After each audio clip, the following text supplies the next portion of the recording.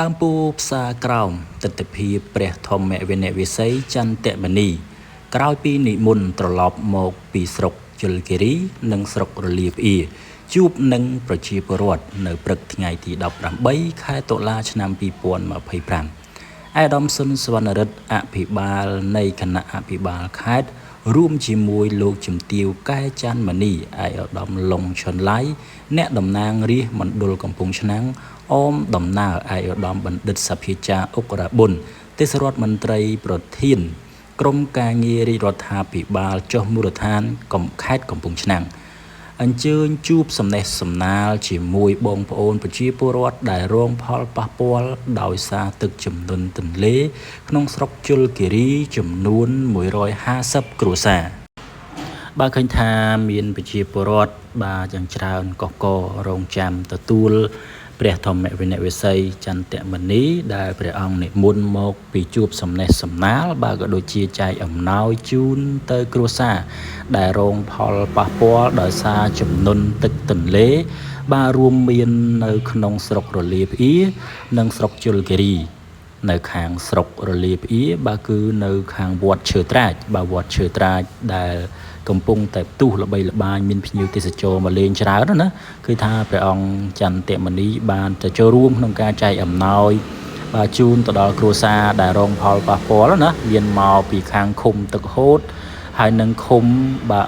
គោកបន្ទាយផងដែរបាទអញ្ចឹងពុកម៉ែបងប្អូនទាំងអស់គ្នារីករាយតាមដានទស្សនាជាមួយខ្ញុំបាទទាំងអស់គ្នាដូចទៅអំពីទស្សនវិជ្ជានៅទន្លេផ្សារក្រោមនៃខេត្តកំពង់ឆ្នាំងដល់ព័ត៌មានថាព្រះអង្គនិមន្តទៅខាងណាទេបាទគ្រប់ជំរាបសួរពុកម៉ែបងប្អូនទាំងអស់គ្នាចិត្តទស្សនវិជ្ជាបាននៅខាងផ្សារក្រោមបាទផ្សារក្រោមនៅខេត្តកំពង់ឆ្នាំងនៅខាងមុខនេះកន្លែងកំពង់ចលងបាទកន្លែងគេឆ្លងសាឡាងទៅស្រុកកំពង់លែងបាទឆ្លងសាឡាងទៅខាងកំពង់ធំនេះគឺគេឆ្លងនៅខាងមុខនេះឯងបាទប៉ុន្តែខ្ញុំអត់អាចទៅខ្ញុំអត់ទៅទេខ្ញុំគ្រាន់តែមកថតត្រឹមហ្នឹងចាជូនពុកម៉ែបងប្អូនទាំងអស់គ្នាតាមដានទស្សនាតែប៉ុណ្ណឹងបាទហើយខ្ញុំជ្រើសទៅខាងមុខដោយសារតែមានម៉ូតូឌុបមានអីអ្នកចាប់ម៉ូចាប់អីញ៉ាយអញ្ចឹងណាខ្ញុំជ្រើសទៅបាទខ្ញុំបង្វែរកាមេរ៉ាថតដិតឲ្យចាជូនពុកម៉ែបងប្អូនយើងត្រឹមហ្នឹងទៅខាងបាទលើវិញឥឡូវខ្ញុំបន្តវិលត្រឡប់ដិតទស្សនវិជ្ជាទៅតាមផ្លូវនេះវិញបាទនេះគឺជាទស្សនវិជ្ជាបាទនៅក្នុងរដូវបាទខែទឹកឡើងបាទនៅខែទឹកឡើងនៅខែផ្សារក្រោមខេត្តកំពង់ឆ្នាំងបាទគឺមានបាទកន្លែងផ្សារឲ្យលក់ដូរបាទអីវ៉ាន់បាទរបស់ហូបចុកអីចឹងណាបាទហ្នឹង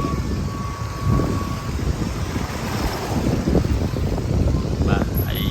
ខាងនោះគឺភ្នំកងរៃបាទកងរៃគឺទឹកលិចហើយបាទទឹកលិចហើយនេះបងខាងរថម៉ូតូបាទនេះផ្សារគេកន្លែងលក់នំចំណីបាទលក់បាយអីយ៉ាងគេថាចំណតពុកកន្លែងបងគាត់ត្រូវឆ្លងបាទទៅទន្លេទៅខាងនោះឆ្លងទន្លេស្មាតូបាទពុកមើលហើយឆ្លងទន្លេមិនមែនសម្រាប់កូនណាតែគាត់ឆ្លងទន្លេទៅកាន់ពីផ្សារក្រោមបាទទៅកាន់កំពង់លែងឬក៏ខាងកំពង់ធំអីហ្នឹងណាបាទនោះបាទទន្លេតែខ្ញុំមិនបានចុះថតទេខ្ញុំគាត់ទៅជិះម៉ូតូថតតាមផ្លូវអញ្ចឹងទៅបាទដើម្បីចែកជូនពុកម៉ែបងប្អូនយើងទស្សនាបាទនេះកន្លែងចំណតរថយន្តបាទចំណតរថយន្តនៅខាងផ្សារក្រោមបាទនេះចំណតរថយន្តណាបាទនៅខាងផ្សារក្រោមយ៉ាងហ្នឹងបាទឃើញឡានព្រះអង្គគ្រូឡានព្រះអង្គចន្ទមនីឃើញនៅខាងបាទកន្លែងចំណតរថយន្តដែរមិនបាទតែខ្ញុំអត់បានដឹងព័ត៌មានថាព្រះអង្គនិមន្តទៅខាងណាទេបាទគាត់តែឃើញឡានព្រះអង្គបាទនៅនឹងកន្លែងបាទដាក់ឡានចំណតផ្សារក្រោមតែម្ដងបាទតែខ្ញុំអត់បានចូលទៅគៀកទេបាទអត់បានចូលទៅគៀកទេបាទខ្ញុំ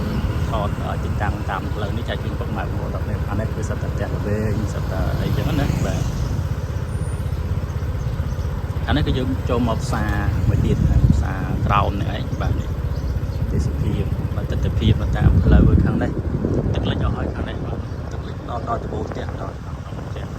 ខាងនោះតែខ្ញុំមិនដឹងថាជាភូមិអីដែរបាទក្រុមឡៃទឹកលិចដល់ត្បូងដល់តែចាស់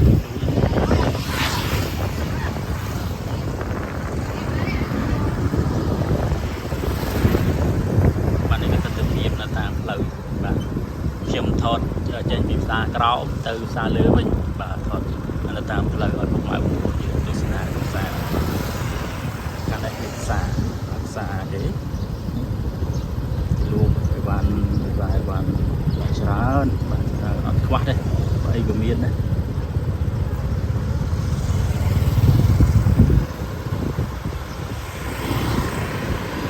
ហើយបងប្អូនដែលបានទស្សនានៅវីដេអូនេះកុំភ្លេចជួយចុច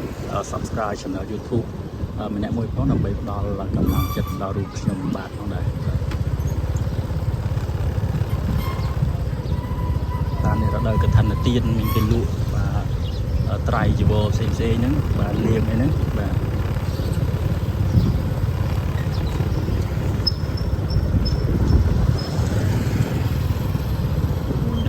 ត្រៃបាទ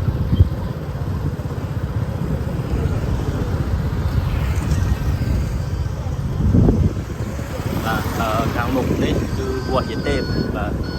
វត្តយេទេពបាទនេះវត្តយេទេពសាក្រោបាទវត្តលុបបាយបាទវត្តយេទេពសាក្រោលុបបាយឆ្នាំមែនទេ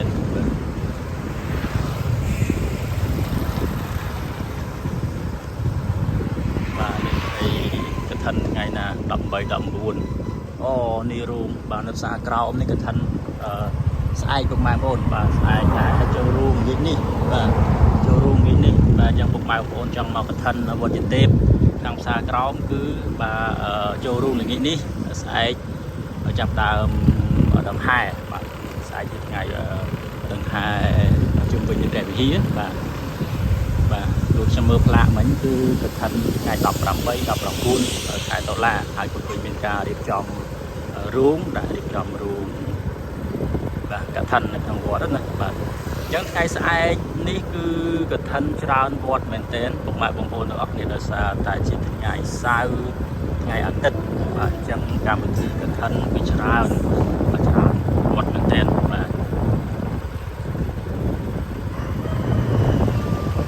ទខ្ញុំនេះមិនដឹងថា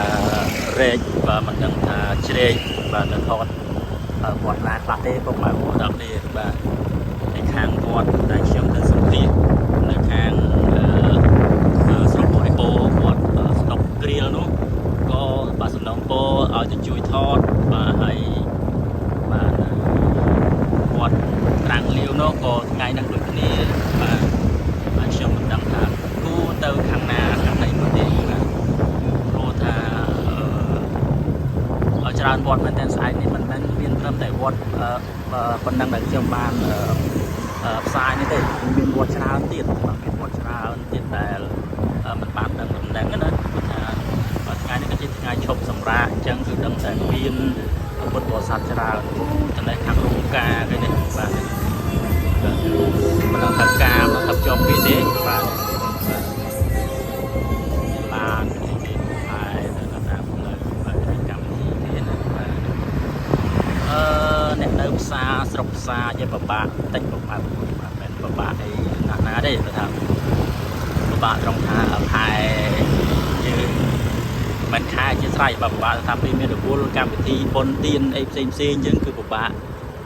ប្រពកម្មវិធីគឺត្រូវបិទផ្លូវបិទអីដើម្បីធ្វើរួមអីទៅហ្នឹងក៏ពីប្រឈមខ្លះដែរប្រឈមទៅនឹងហៅថាបាទបញ្ហាគ្រោះថ្នាក់អីចឹងណាបាទខ្លាចចលនាខ្លះគាត់បាទជីបើកបរមានការប្រុងប្រយ័ត្នអីអាចបាក់ពីរូអីចឹងទៅបាទឥឡូវខ្ញុំចេញដំណើរបាទទៅមកដល់ពាក់កណ្ដាលហើយបាទមកដល់ពាក់កណ្ដាលផ្សារលើផ្សារក្រោមហើយបាទថ្ងៃនេះគឺខ្ញុំមកនេះពុកម៉ែបងណាបាទមកបាទឲ្យយកកុំព្យូទ័រមកធ្វើ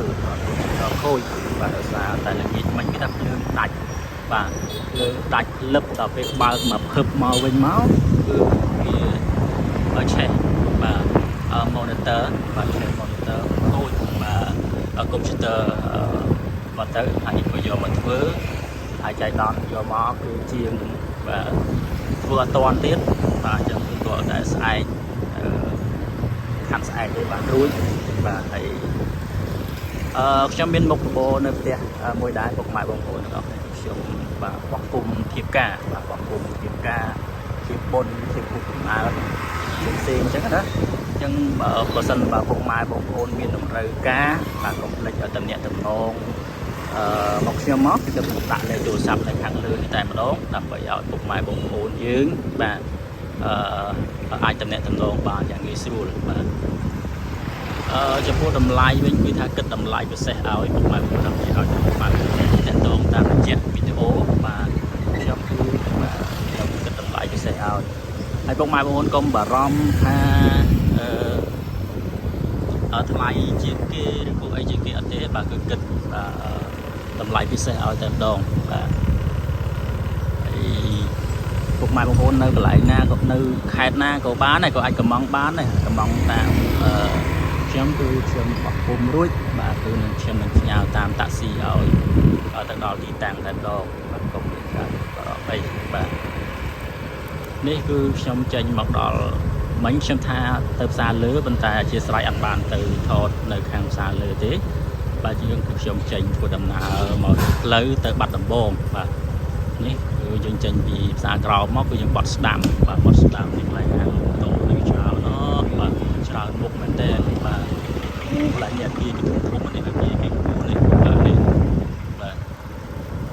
នេះហាងលក់ម៉ូតូច្រើនណាបាទនៅតាមផ្លូវបាទឆ្លាញ់ម៉ូតណាបាទកំងម៉ូតហ្នឹងណាហ្នឹងហើយបាទ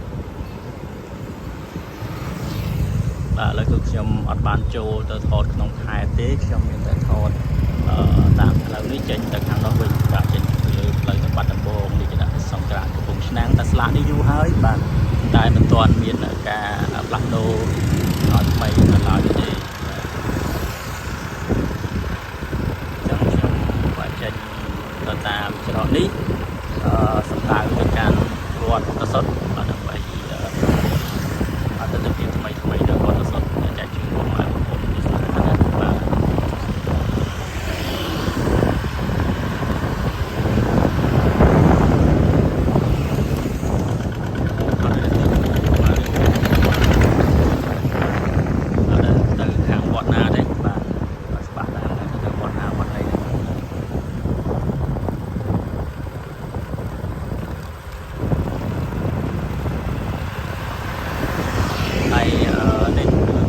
សាមបាទបងណាវត្តសាមខាងខេត្តកំពង់ឆ្នាំងរបស់យើងណានេះបាទ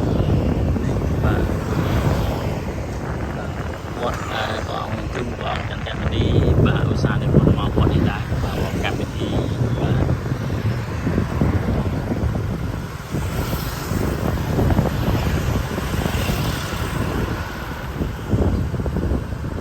នៅតាមផ្លូវ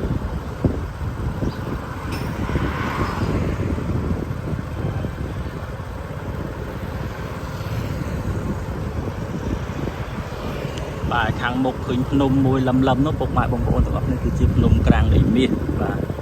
ក្រាំងដីមាសនៅខេត្តកំពង់ឆ្នាំងយើងបាទតើទៅនឹងខេត្តកំពង់ឆ្នាំងបាទគឺមានកន្លែងទេសចរណ៍ច្រើនតែមិនទាន់បានការផ្សព្វផ្សាយឲ្យទូទៅនៅឡើយទេបាទហើយខ្ញុំបាទក៏មិនទាន់បានទៅដល់តំបន់ទេសចរណ៍បាទច្រើនទៀតដើម្បីថតផ្ដិតបង្ហាញចែកជូនពុកម៉ែបងប្អូនយើងទស្សនាណាបាទខ្ញុំសង្ឃឹមថាពុកម៉ែបងប្អូនយើងនឹងបានអធិស្ឋានផងសិនជាមានពេលវេលាមានឱកាសខ្ញុំនឹងចុះទៅផ្ដិតនៅទិដ្ឋភាពបាទផ្សេងនៅតាមតំបន់ទេសចរណ៍បាទសង្គមបាទផ្សេងនៅក្នុងខេត្តកំពង់ឆ្នាំងដើម្បីចែកជូនពុកម៉ែបងប្អូនទស្សនាបាទព្រោះថាបាទក្នុងប្រទេសកម្ពុជារបស់យើងគឺមានការអភិវឌ្ឍបាទគ្រប់វិស័យអភិវឌ្ឍគ្រប់ទីគ្រប់កន្លែងទាំងអស់បាទអញ្ចឹងឆ្នាំនេះយើងឃើញទិដ្ឋភាពបាទអញ្ចឹងណាបាទថារំលងផុតកន្លះឆ្នាំឬក៏មួយឆ្នាំទៅមុខទៀតគឺទិដ្ឋភាពប្រែប្រួលទៅហើយទិដ្ឋភាពផ្សេងទៅហើយបាទអញ្ចឹងបាទมันអាចនៅដដែលទេបាទអញ្ចឹងនៅពេលដែលខ្ញុំដើរថតអញ្ចឹងទៅបាទក៏ជាវីដេអូឯកសារមួយដែរគឺជាឯកសារមួយដែរបាទទៅថាពុកម៉ែបងប្អូនដ 10 ឆ្នាំក្រោយទៀតស្រាប់តែអូឃើញវីដេអូទៅក៏នឹកឃើញថាអូស្រុកភូមិអាចបើកាលពីបាទ4 10 ឆ្នាំមុនអត់អញ្ចឹងទេបាទនៅចេះគាត់អភិវឌ្ឍអីទំនើបអញ្ចឹងទេដល់តែពេលទៅនេះអភិវឌ្ឍផ្លែច្រើនណាអញ្ចឹងណាអញ្ចឹងហើយបាទខ្ញុំបាទបណ្ឌិតហើយផ្សព្វផ្សាយទៅគាត់ផ្សេងតាមស្រុកតាមភូមិនឹងអាចជួយផ្លែបងប្អូនទស្សនាទៅបាទ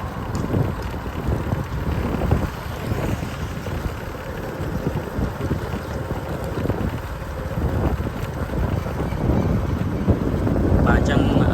ខ្ញុំគិតថាចប់វីដេអូនេះត្រឹមប៉ុណ្្នឹងសិន